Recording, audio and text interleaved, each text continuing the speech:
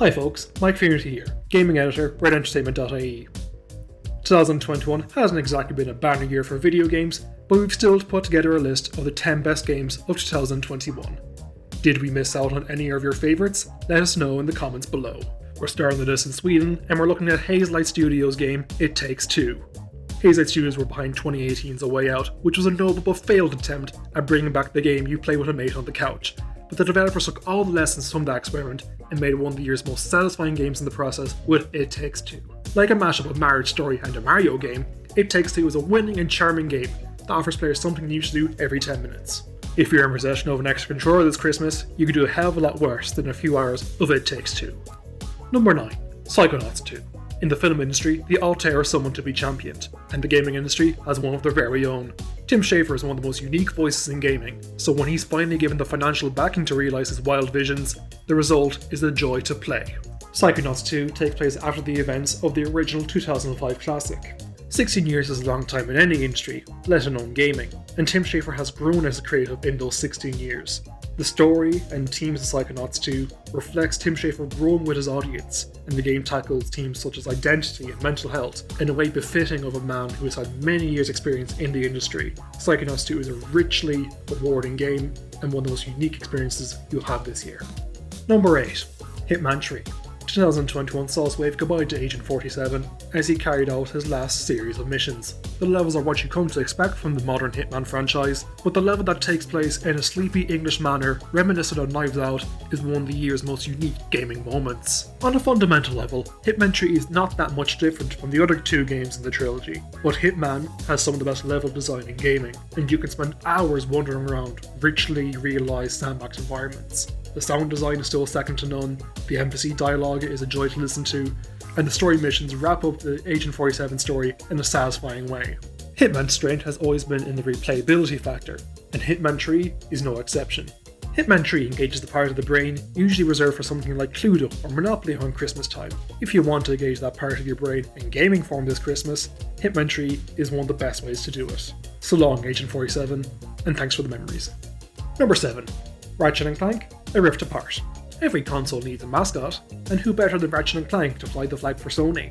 The duo's destructive action is a great test of what the PS5 can do. If you have the TV to show it off, the new Ratchet & Clank game is a perfect example of what the PS5 is capable of, while still telling a fun story in the process. The graphics truly need to be seen to be believed. It's like watching a Pixar film unfold in front of your very eyes. Number 6. Resident Evil Village. Resident Evil has been in this position before. After a brilliant game, Capcom goes and messes it up.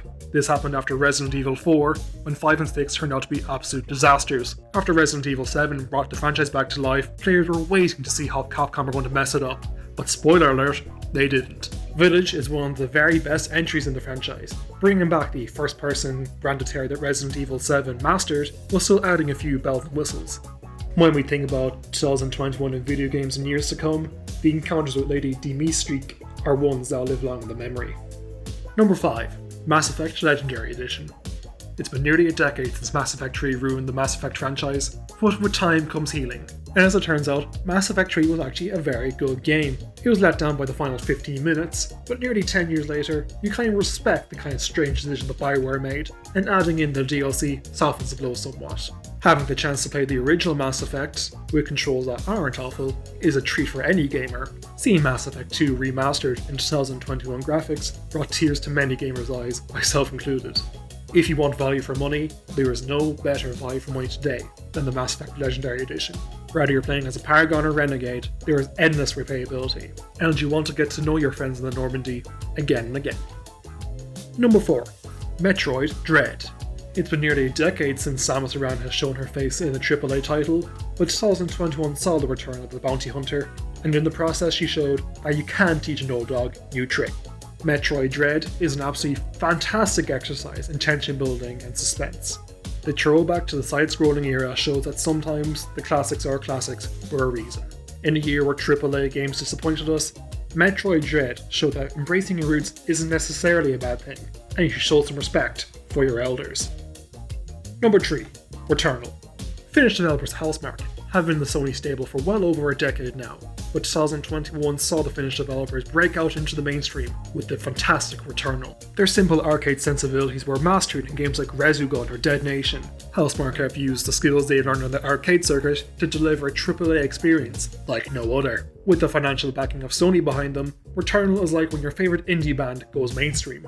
Telling the story of Celeste, Returnal is like a mashup of Edge of Tomorrow or Groundhog Day, with a bit of Dark Souls mixed in for good measure. You will die again and again and again while playing Returnal, but you form such an attachment with the character, you'll do anything to get her off the planet. With absolutely gorgeous sound and graphic design, Returnal is an absolute show of force for the PlayStation 5.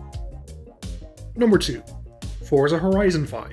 Having a racing game as one of the year's very best games may seem absurd, but believe us, Forza Horizon 5 is really that good. Much like how Pro Evolution Soccer 4 appealed to non-football fans, Forza Horizon 5 appeals to everyone, from people who haven't passed their theory test to real petrol heads. There is always a sense of momentum. The game has always encouraged you to keep going, with gorgeous cars, gorgeous graphics, and great music. The player is rewarded for practically everything. Smashing to a barrier, those are some points. Crashing your car, those are also some points. Putting a stick drift, points. Forza Horizon 5 operates the dopamine center of the brain, and it's an absolute thrill to play. Racing around the Mexican landscape in a 2019 Bugatti, or driving up a mountain in a 1930s Rolls Royce is an absolute joy, and believe us when we say that Forza Horizon 5 is one of the year's very best. Number 1. Deathloop. When you're picking a game of the year, a couple of factors come into play. The best game of the year should entertain, thrill, dazzle, and do everything better than any other game out there. On top of that, it needs to do something truly unique and special. Deathloop does just that with style to spare. Deathloop is the latest from Arcane Studios, the developers of the Dishonored series, and in fact, Deathloop is sort of like Dishonored with a Archer or James Bond skin thrown on top of it, but the style is absolutely gorgeous in this game, and is worth picking up for that alone. However, style isn't just the key component of any game, the gameplay is what truly matters, and in this instance, Deathloop knocks it out of the park. Players are tasked as playing as Colt, who must break the loop or end the cycle on Black Reef Island. Colt will come across a number of colorful characters along the way, least of all Juliana, and the back and forth dialogue between the two is an absolute treat. It evokes the films of Shane Black or Quentin Tarantino, but it doesn't approach the Joss Whedon Clever Clocks territory that I despise. Arcane does a tremendous job of bringing players into the world and letting them off to their own devices, but at the same time keeping players on a leash. Players are given somewhat of an open world to explore, but Arcane keep the leash on the player just long enough so when you're given true agency and freedom to navigate the game on your own terms, it feels special.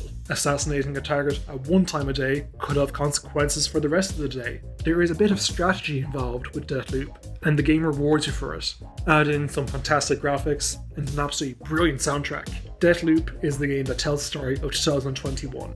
A game of the year should be bold and exciting and fresh in its ideas, and on that basis, Deathloop does it better than any other game this year. Did we miss out on any of your favourite games? Let us know in the comments below. Be sure to follow us on our social media pages and click subscribe to make sure you never miss a video.